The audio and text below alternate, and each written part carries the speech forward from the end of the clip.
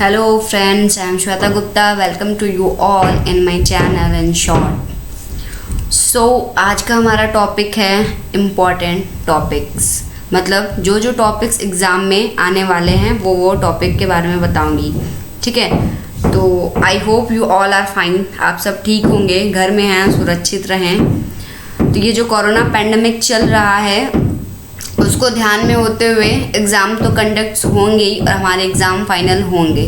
ठीक है, तो आप एग्ज़ाम के लिए प्रिपेयर कर रहे होंगे, मुझे पता है प्रिपरेशन चल रही होगी आप सबकी. तो कुछ बच्चों ने बोला था कि मैम आप इम्पॉर्टेंट टॉपिक्स बता दीजिए जो एग्ज़ाम पॉइंट ऑफ व्यू से इम्पॉर्टेंट है. ठीक, तो मैं पहले आपको ये बता दूं कि देखिए, पढ़ना हमें 100% है, पढ़ना हमें 100% है. ऐसा कुछ भी नहीं है कि हम जो पढ़ के आए वो आ ही जाए, या ऐसा कुछ भी नहीं है जो हम पढ़ के जाए वो ना आए. ठीक है, आ भी सकता है और नहीं भी आ सकता है. राइट, तो मैं जो बताऊंगी उसमें भी मैं 100% नहीं कहती हूँ कि मैं वो चीज़ आएगा ही आएगा, लेकिन हाँ 60 to 70% है कि वो चीज़ आने के चांसेस ज़्यादा रहते हैं. देखिए, कुछ क्वेश्चंस ऐसे होते हैं ना जो देख के ही लगता है कि हाँ इसके आने के चांसेस ज़्यादा हैं, और कुछ क्वेश्चंस ऐसे होते हैं जिन्हें देख के लगता है कि नहीं ये बस ऐसे ही है. ठीक है, ये नहीं आएगा. ये खुद जब आप पढ़ेंगे ना तब भी समझ में आता है. तो जो छोटे मोटे टॉपिक्स है वो मैं आपको बता देती हूँ, वो 60 to 70% चांसेस हैं कि वो आएंगे. राइट, तो क्वेश्चन का पैटर्न क्या है, कैसे क्वेश्चन आता है, वो सब आपको पता होगा. और अगर नहीं पता है तो मैं इस वीडियो में बताऊंगी, तो आप इसको देखते रहिए और अच्छा लगे तो इसे शेयर करिए. राइट, तो हमारा जैसा सबको पता है कि हमारा paper first, paper second and practical होता है.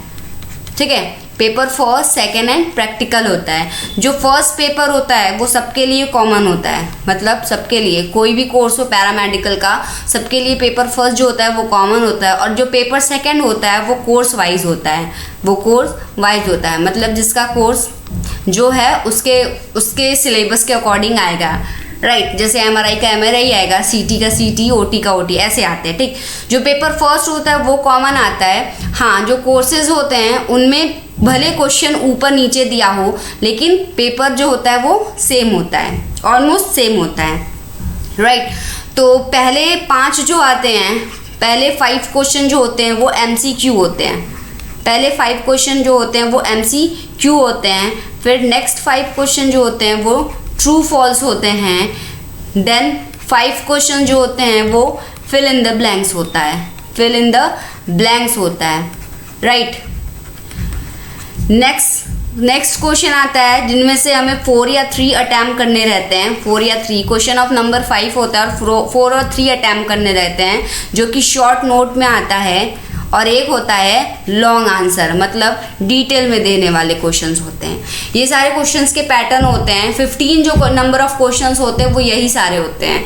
राइट, तो कौन कौन से ऐसे टॉपिक हैं जो मुझे लगता है कि आना चाहिए, और 60 to 70% चांस है कि वो सारे टॉपिक्स आ सकते हैं. ऐसे नहीं है कि फर्स्ट ईयर में आ गया तो फिर वो नहीं आएगा, इसके प्रीवियस पेपर में आया है तो वो नहीं आएगा, नहीं. क्योंकि देखिए, पैरामेडिकल है, जो जिस चीज़ की हमें नॉलेज होनी चाहिए 2 साल के कोर्स में, जिस चीज़ की हमें नॉलेज होनी चाहिए वो चीज़ तो आएगा ही, वो चीज़ तो पूछेगा ही. ठीक, तो शुरू करते हैं कि कौन कौन से टॉपिक्स आते हैं. जैसा कि हमें पता है कि हमारा जो सिलेबस है या हमारे जो सब्जेक्ट्स हैं उसमें पहला आता है एनाटॉमी, सेकंड आता है फिजियोलॉजी, थर्ड आता है फार्मा, एंड फोर्थ भी आता है कि नहीं, फोर्थ आता है माइक्रोबायोलॉजी. एक पैथोलॉजी आता है, लेकिन उसे पढ़ने की ज़रूरत नहीं होती हमें.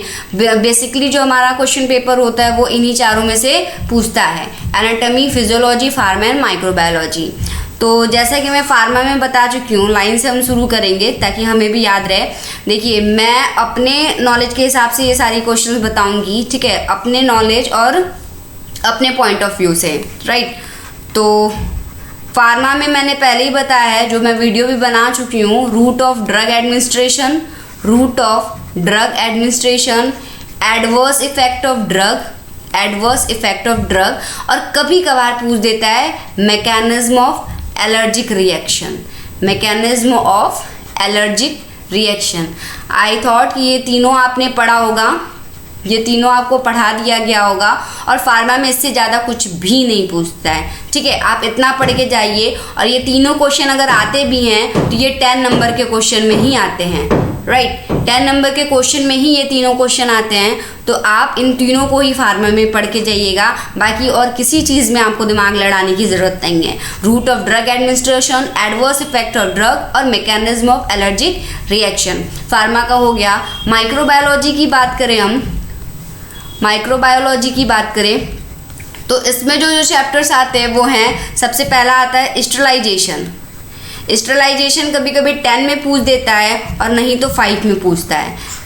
अगर 10 में पूछता है तो आपको पूरा का पूरा स्टरलाइजेशन के बारे में लिखना पड़ेगा। स्टरलाइजेशन होता क्या है, कितने तरीके के होते हैं, कौन कौन से और कैसे वर्क करते हैं, ये सारी चीज़ें, राइट। अगर 5 में पूछता है तो आपको किसी एक के बारे में पूछेगा, वो नाम दे देगा आपको, ठीक है। अगर 5 नंबर के क्वेश्चन में बोलेगा स्टरलाइजेशन तो वो या तो नाम दे देगा या तो किसी एक स्टरलाइजेशन प्रोसेस के बारे में आप बता सकते हैं, ठीक है। तो माइक्रोबायोलॉजी में स्टरलाइजेशन। सेकंड आता है इन्फेक्शन। इन्फेक्शन आपने पढ़ा होगा, इसमें से भी कभी कभी क्वेश्चंस पूछ देते हैं।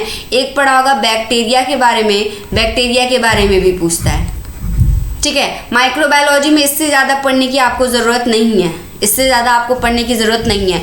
अगर माइक्रोबायोलॉजी में इससे कहीं अलग आया ना, तब भी आपको इन 3 टॉपिक्स में से एक क्वेश्चन तो आपको दिखेगा ही जो और में दिया रहता है, और आप अगर इसे पढ़ के गए हैं तो आपको और क्वेश्चन को अटेम्प्ट करना ज़्यादा बेहतर समझेंगे मेरे पॉइंट ऑफ व्यू से।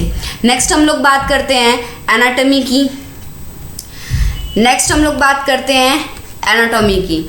एनाटॉमी की बात करें तो एनाटॉमी सबसे बड़ा सब्जेक्ट है, सबसे लेंदी सब्जेक्ट है। इसमें आप पूरा पढ़ते पढ़ते भी बहुत सी सारी चीज़ें हैं जो छूट जाती हैं पढ़ने के लिए, फिर भी स्टिल एनाटॉमी में जो पढ़ने वाली चीज़ें हैं, पहला तो है बोन। बोन के अंदर क्या, बोन के अंदर आपको हर एक बोन्स के बारे में पढ़ाया गया होगा, जैसे कि femur, humerus, scapula, sternum, right, ribs, ये सारी चीज़ें आपको पढ़ाई गई हैं, ठीक है। तो इन सारी चीज़ों के बारे में आप पढ़ के जाइएगा। अब मैं इसमें एक पर्टिकुलर नहीं बता सकती हूँ कि आपको यही पूछ दे, यही पूछ दे, यही पूछ दे, नहीं। इसमें से आपको कुछ भी पूछ सकता है या डायग्राम दे सकता है, आपको लेबलिंग करना पड़ेगा, ठीक। आप ये बोन को अच्छे से देख के जाइएगा। और मैंने पहले बताया है कि आप बस इन सारे में क्या करना है कि आपको डायग्राम बनाना है। अगर आपने डायग्राम बना दिया, उसे लेबलिंग अच्छे से कर दी और थोड़ा सा 3-4 कमेंट्स लिख दिए, आपको फुल मार्क्स मिलेंगे, ठीक है। फुल मार्क्स आपको मिलेंगे उस क्वेश्चंस के, ठीक। तो आप ये बोन सारे देख के जाइएगा। और हाँ, एक और चीज़ बता दूँ, जब एनाटॉमी पढ़िएगा तो आप उस चीज़ को अपनी बॉडी के ऊपर लागू करके पढ़िएगा, अपने बॉडी को देख के उस चीज़ को पढ़िएगा, ठीक है। इससे क्या होगा ना, आपको एनाटॉमी पढ़ने में बहुत आसानी होगी। ट्राई करिएगा, इट्स 100% काम करेगा, ठीक है। आप अपनी बॉडी के ऊपर उसको लेके पढ़िएगा। किसी भी बोन के बारे में पढ़िए, खुद की बॉडी के अंदर देखिए कि वो बोन प्रेजेंट कहाँ है, ठीक। इसमें बस याद करने वाली कौन सी चीज़ें, आपको डायग्राम की लेबलिंग, डायग्राम को 3-4 बार बनाइएगा, लेबलिंग करिएगा, आपको वो भी याद हो जाएगा। बाकी अगर आप बोन्स के बारे में लिखना चाहते हैं ना, तो आप खुद के बॉडी के ऊपर भी देख के लिख सकते हैं, राइट। सेकंड बात करें तो जॉइंट है एक चैप्टर, जॉइंट और कार्टिलेज है एक चैप्टर। इन दोनों में और बोल के दे देता है, इन दोनों में और बोल के दे देता है। या तो अगर जॉइंट पूछता है ना तो mostly ball and socket joint पूछता है। बॉल एंड सॉकेट जॉइंट के अंदर 6 आते हैं, उनके बारे में ही जॉइंट्स में पूछ देता है शॉर्ट नोट के अंदर। कार्टिलेज तो छोटा चैप्टर है, या आप पूरा भी पढ़ के जा सकते हैं, राइट। बात करें अगर हम तो देखिए एनाटॉमी में और भी जो सिस्टम्स वगैरह हमने पढ़े हैं, जैसे कि नर्वस सिस्टम और रेस्पिरेटरी सिस्टम, ठीक है। ये सारी चीज़ें जो हमने पढ़े हैं उसके बेसिस पर अगर देखा जाए तो हम लोग अगर नर्वस सिस्टम की बात करें, अगर हम लोग नर्वस सिस्टम की बात करें तो नर्वस सिस्टम में कौन कौन से ज़्यादा आते हैं, देखिए इंपॉर्टेंट। इन सारे सिस्टम को ना आप पूरा 100% अच्छे से पढ़ के जाइएगा। लेकिन जो ज़्यादा ध्यान देने वाले टॉपिक्स हैं वो मैं बता दूं तो सबसे पहले है CSF, सबसे पहले है CSF आप पढ़ के ही जाइएगा। CSF का कभी कभी पढ़ के ही जाइएगा आप, कभी कभी इसका फॉर्मेशन ही पूछ देता है, ठीक है, केवल फॉर्मेशन पूछ देता है। तो आप उसको अच्छे से अगर लिख दे बकायदे तो आपको फुल मार्क मिलेंगे। तो CSF पढ़ के जाइएगा, राइट। सेकंड पढ़िएगा सेरिब्रम और सेरिबेलम। सेरिबेलम। सेरिब्रम और सेरिबेलम पढ़ के जाइएगा, इसमें कभी डिफरेंस पूछता है तो कभी शॉर्ट नोट में दे देता है, सेरिब्रम और सेरिबेलम। नेक्स्ट हाइपोथैलेमस पढ़ के जाइएगा, हाइपोथैलेमस ये पूछता है, हाइपोथैलेमस पढ़ के जाइएगा, right, hypothalamus. Next meninges of bone, ठीक है, meninges of brain, sorry meninges of brain पढ़ के जाइएगा, ब्रेन के लेयर्स, मेनिंजेस मेम्ब्रेन, ब्रेन के मेम्ब्रेन के बारे में पूछता है, मेनिंजेस ऑफ ब्रेन पढ़ के जाइएगा, ठीक है। नेक्स्ट क्या है, सेरिबेलम हो गया, सेरिब्रम होगा, सीएसएफ हो गया, हाइपोथैलेमस और मेनिंजेस ऑफ ब्रेन, इतना नर्वस सिस्टम में पढ़ के जाइएगा। बाकी और है इसमें, आप उसको ऊपर ऊपर से देखिएगा, लेकिन इतना बहुत इंपॉर्टेंट है। एक डायग्राम आता है न्यूरॉन्स का, न्यूरॉन्स का डायग्राम आता है, वो आप देख के जाइएगा, लेबलिंग अच्छे से करके जाइएगा और थोड़ा सा 2-4 पॉइंट्स इसके बारे में पढ़ लीजिएगा, ठीक है। नर्वस सिस्टम में इतना तो आता ही है, बाकी और जो है वो चीज़ें आप देख सकते हैं। नेक्स्ट अगर हम लोग बात करें रेस्पिरेटरी का, रेस्पिरेटरी का बात करें हम लोग तो इसमें लंग्स के बारे में पूछता है, लंग्स में शॉर्ट नोट दे सकता है आपको। सेकेंड इसमें ट्रैक होते हैं, जो ब्रोंकियल ट्रैक वगैरह, रेस्पिरेटरी ट्रैक हम लोग ने पढ़े हैं, उसके बारे में पूछता है। नेक्स्ट एक होता है, हाँ, नेक्स्ट होता है रेस्पिरेटरी वॉल्यूम। रेस्पिरेटरी वॉल्यूम्स के बारे में आपने पढ़ा होगा, वॉल्यूम्स और कैपेसिटी वगैरह हैं, उसके बारे में टाइडल वॉल्यूम वगैरह हो गया, उसके बारे में पूछता है आपको, तो उस पर पूरा लिखना रहता है। आपसे डायरेक्टली रेस्पिरेटरी वॉल्यूम बोल देता है, तो रेस्पिरेटरी वॉल्यूम के अंदर ढेर सारे आते हैं, तो उनके बारे में आपको लिखना रहता है, राइट। नेक्स्ट अगर हम बात करें इसमें तो ट्रैकिया वगैरह है, ट्रैकिया है, लैरिंग्स है, ये सारे तो आप शॉर्ट में पढ़ा होगा आपने, 5 पॉइंट्स होंगे आई थिंक, तो आप उसके बारे में शॉर्ट में पढ़ के जा सकते हैं। अदरवाइज इतना पूछता है आपसे, ठीक। बीच में कुछ क्वेश्चंस हैं जो घुमा फिरा के भी पूछ देता है आपसे, ठीक है। नेक्स्ट बात करें हम लोग तो एक पूछता है सेल, सेल का डायग्राम पूछ देता है। रिप्रोडक्शन सिस्टम में अगर बात करें हम लोग तो रिप्रोडक्शन सिस्टम में हमसे पूछता है क्या, मेल और फीमेल, मेल और फीमेल का रिप्रोडक्टिव सिस्टम का डायग्राम बनाने के लिए देता है आपको 10 नंबर के क्वेश्चन में। रिप्रोडक्टिव सिस्टम का डायग्राम देता है आपको। अगर डिटेल में बोला तो डायग्राम के साथ आपको लिखना पड़ता है, और डिटेल में नहीं बोला तो केवल डायग्राम बना के अगर आप लेबलिंग कर दे तो वो भी हो जाता है, ठीक। इसमें एक एंडोक्राइन सिस्टम है, एंडोक्राइन सिस्टम में ग्लैंड्स के बारे में पूछता है आपसे, किस किस से कौन कौन से ग्लैंड सिक्रीट होते हैं, वो सारी चीज़ें पूछता है आपसे, ठीक। एक पैंक्रियास के बारे में पूछता है आपसे, पैंक्रियास से कौन कौन से ग्लैंड सिक्रीट होते हैं, या पैंक्रियास का डायग्राम बनाने के लिए आपसे दे सकता है। ज़्यादातर ये पैंक्रियास के बारे में पूछता है, ठीक।